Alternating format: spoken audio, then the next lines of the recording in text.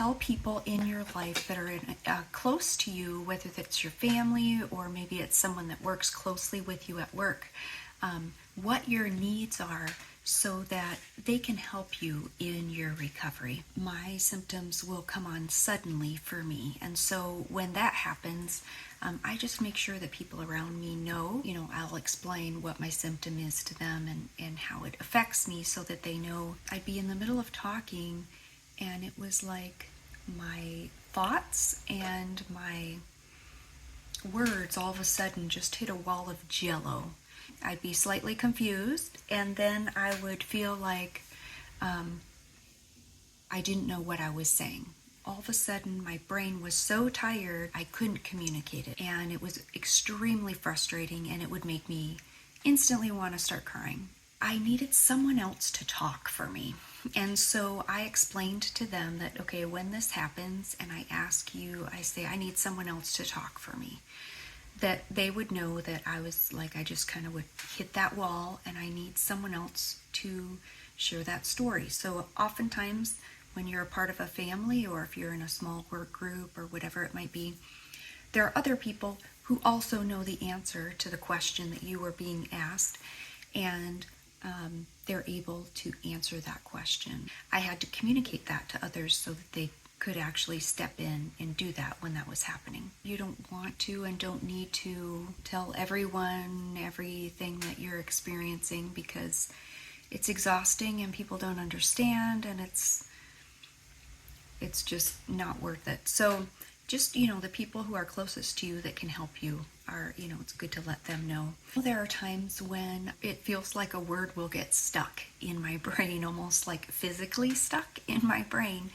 And I will be able to think of the first sound. This has happened enough to me now that I know that it's a pattern, that when my brain's really tired, that sometimes this happens. And so, like, I might say, can you put this in the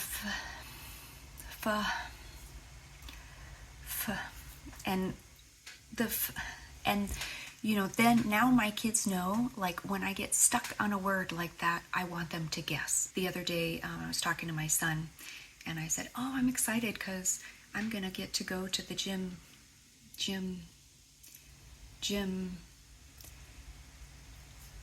and he said, gymnasium? And I said, no. And then gymnastics competition with your sister.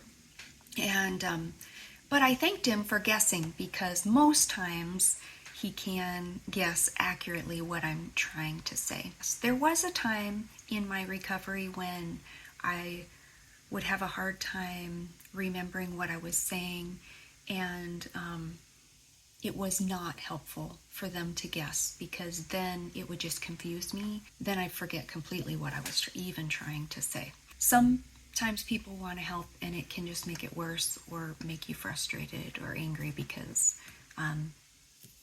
it's not helpful. So you just need to communicate what is helpful. And when I went with my daughter to that gymnastics competition, I told them ahead of time, I said, it's really loud in here, even though I have my noise canceling headphones on.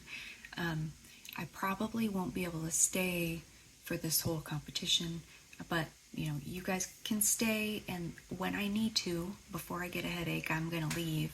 My daughter had friends over yesterday, and honestly, we don't have friends over to the house that often because it makes my brain really tired. They were here most of the day, and it was so fun to see them and have them over, and they were not being loud, but they were just having fun. I started to get a migraine. My oldest daughter said, well, let's go to the store for a while. So they went to the store, and then I was able to bounce back. My older daughter was able to help without it being a big deal, or having to explain to everybody. My oldest daughter wanted to watch a movie with me a few nights back, and I'm now to the point where I can do that, but I just have to, not do a lot of heavy thinking or, like doing budgets or checking emails and texts, things like that beforehand, and spend a more quiet time during the day before I, would watch a movie. So we went to watch a movie, and she wanted to watch Pride and Prejudice. I could not watch it because there's too much bouncing,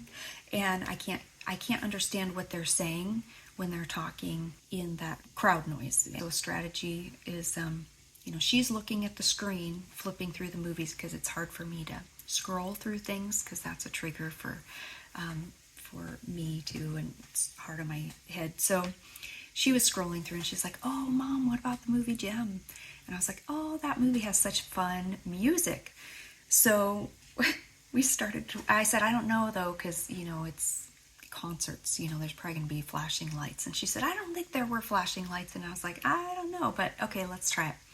So we tried to watch that and very quickly realized, yeah, that wasn't a movie that I could watch anymore, or not that night. And there are times when maybe I can watch a movie that has more motion or requires more mental agility, and I'm able to do it. And then there are other times when I can't. Like today, I've had a low-grade headache all day, and so today is a day I would not be able to watch a movie. Just make sure that you communicate with the people in your life that are the closest to you in your circle, so that when you have those days when you know that you're not functioning as well as other days, or when you have certain symptoms that keep reoccurring, how they can help you out with those. And whether you ask them to supply a word for you, or to look at the screen for you, or name the movies for you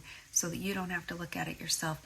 All those things are just little things that someone else can do, but it can really help you a lot. If you have any ideas of how people have helped you to make life easier for you with your symptoms, list them below, because that can help me and can help others who are struggling with concussion symptoms.